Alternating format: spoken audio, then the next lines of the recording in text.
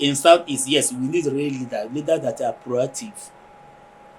Okay, a leader that understand the needs of the people. Like for instance, now we Southeasterners, we are more of business in nature. We have white collar job, we have government, we have airport, more of most of the South Indian we are businessmen. But among the businessmen, there must be a leader. We take our late Ikemba Nnewi, okay? He's an example of a leader because I remember in those days, there was a time he summoned the whole people from Nnewi. He called them a meeting. I said, look, see where Nigeria is going now. Start establishing industries and businesses here in Nnewi. And they listened to his beckon. And that's why when you come to Nigeria now, Nnewi is one of the towns that's supposed to be reckoned with, if not surpassing others. I don't think there is any town in Nigeria that's more industrially developed than Nnewi now. When you think of what we have here now. So the kind of leadership we want is somebody that, as I said, somebody that protect, understand the needs of the people, is somebody that carries himself, shows exemplary life. So when you talk, people will see you doing that thing you now ask people to do. Not you be saying a different something and then doing a different thing. So it is still lacking generally. I think that particular true leader is still lacking. We are still searching for it because if not, all this thing that is happening now will not be happening. Nnamdi Kanu is from Southeast, for instance. And then when he came out, remember the way he projected himself. Yes, they take him as a true leader. Even now, we respect him as a leader because it's kind of when he says something, he see people complying. But the only thing there is that he's a youth. He's a youth. I remember that sport will normally call youthful experience. At times, you normally see youth making mistake. Okay, they will overshoot their statement or their thinking. That's why we said that wisdom comes with age. Nnamdi has that quality, but maybe as age comes up, you find the way things are going. That's why I use Ikemba as an example. Now, when you think of governors, when you think most of the people who have here their business, if not is a businessman, he has the wisdom. But to him, he can never go there and call the federal so say, okay, I want you to be a leader of Igbo. So he said, what, are you, what do you mean by that one? You understand the point? But if you called him to support any project, definitely he will. But it is a leader that will now initiate that particular process and then now call people that can now support that particular intention. It is in things going. So these are the kind of leaders we say we need in Southeast. You know, the Southeasterners, Igbo people, they are full of wisdom, they are so wide, they are so enterprising, they are so energetic, they can go anywhere. In fact, there is no single place or country in this world that you go without seeing any Igbo man. A leader organizes, he guides, he directs, okay? And then when you direct people properly, tell them with wisdom because a true leader must be full of wisdom. Can never, not that no single human being, that mistake is always there, but his own mistake is very, very minimal. Because before he say anything, he will think about it. So if you have a good leader, definitely growth will follow. Before I ask this question, I'll give you an example on how Ikemba Nnewi now started everything and you find the way Nnewi is now. That's growth you haven't said. Nnewi is growing despite the insecurity. You can see how things are now moving. That's a cool example. But we're now saying who is now going to replace. That's what I said. When you come to Southeast, we have 5 states. Is it going to come from Anambra or from Imo or from Ebonyi? But when you look at them, we are still looking among all these leaders, whether they are political leaders. Ike Ife is dead now. But remember, Ike Ife was one time President General Hannes Ndibo. You know, there are some policies he tried, but they find out that in Nigeria, politics used to spoil a lot of things. Maybe you're in YPP, I'm in Apuda. That difference is there. I will now be thinking maybe you are trying to corner things, how you can now suit your member. That's the problem we have. So if you can now win the Easterners, if you can now refrain from putting political partisanship to be in front of whatever we're thinking, I think definitely we'll grow more. You understand? So the growth I'm not telling you that we are not growing since after the Civil War. If you know, after the Civil War, anyway, you are not being born the band at that time. But we really suffered everywhere. In fact, we were even given £2 each. Nobody's £2 that time. But they find out all of a sudden, which is on space of time, they find out that all the whole Igbo lands, everywhere, highly developed, go to Onisha, go to everywhere, you see develop. In fact, Nigeria, I remember Buhari said when he went to Owerri, he said, why Igbo people cannot go, that Igbo people is Nigeria. And see, if Igbo people are allowed to go, there was nothing like Nigeria. That no single state in Nigeria that will go without seeing any woman developing the place fully. Okay, so we are growing, but what we just need is a true leader that will now galvanize all our efforts.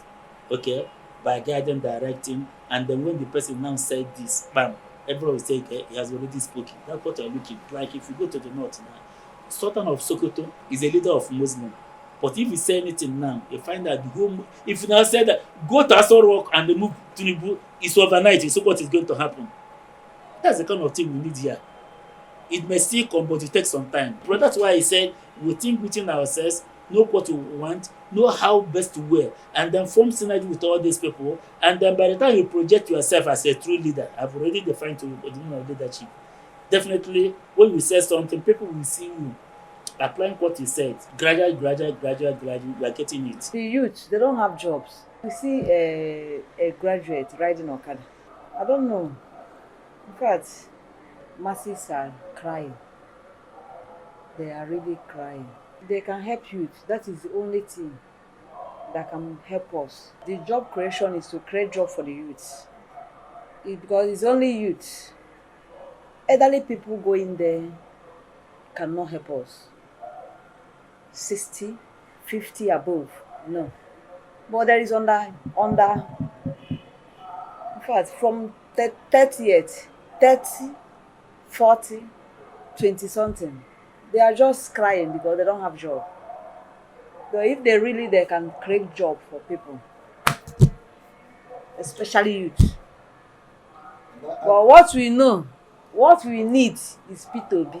Because if you, in fact, you have P2B, everything. I don't think this thing I'm talking now, I cannot be. Maybe I cannot stay here. So we need him. Seriously, we need him.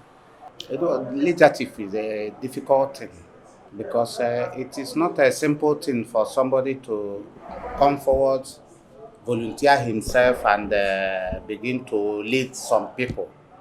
Because you know the people who are being led, some of them may have a different opinion of how they want to be led. But I think the type of leadership we need is a leader who will be selfless, who is ready to serve the people. Not somebody who is coming forward as a leader because he wants to make a gain for himself. Because the problem we have in the South is that majority of the people are coming forward because of the gains they will get as the leaders, not because they are actually ready to serve the people.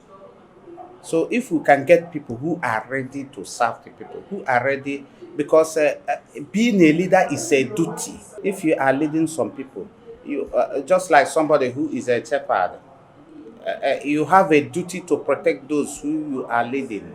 You have a duty to provide for them, both physically and spiritually and mentally. But I believe that from what we are seeing in the Southeast, the difficulty we have is that once you are made a leader or once you assume a leadership position, you will take it that God has blessed you. This is an opportunity for you to make it. Yes.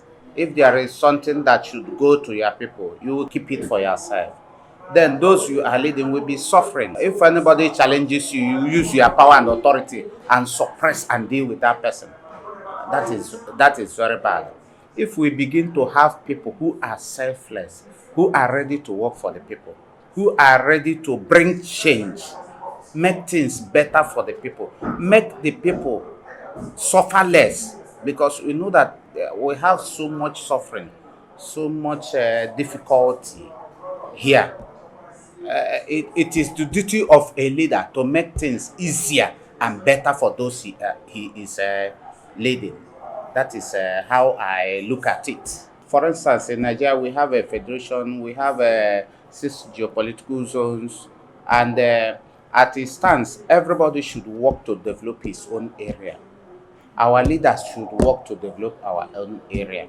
Even if federal government is not doing enough, our people, those who have the wherewithal, should always come together to make sure our area is developed. Just like we do in our own Munna. If you have something, you go to your people, give them something. If it is right, if it is this cow, you celebrate with your people. That is how it should be. Our leaders in the southeast should make effort to make sure that even if federal government is not doing enough, they add their own effort to make sure that some of the things federal government should have provided, they can provide a little part of it to make things easier for us. I know that in some communities, some people do roads, tar roads for their community, provide electricity, provide pipe-borne water like boreholes for the community, even though they are not obliged to do it, but they do it to help their people. So our leaders should do some of those things to help our people. Then initiate programs and policies that those of us who are still coming up can follow to, bring up our area and our communities, to make our communities grow, improve.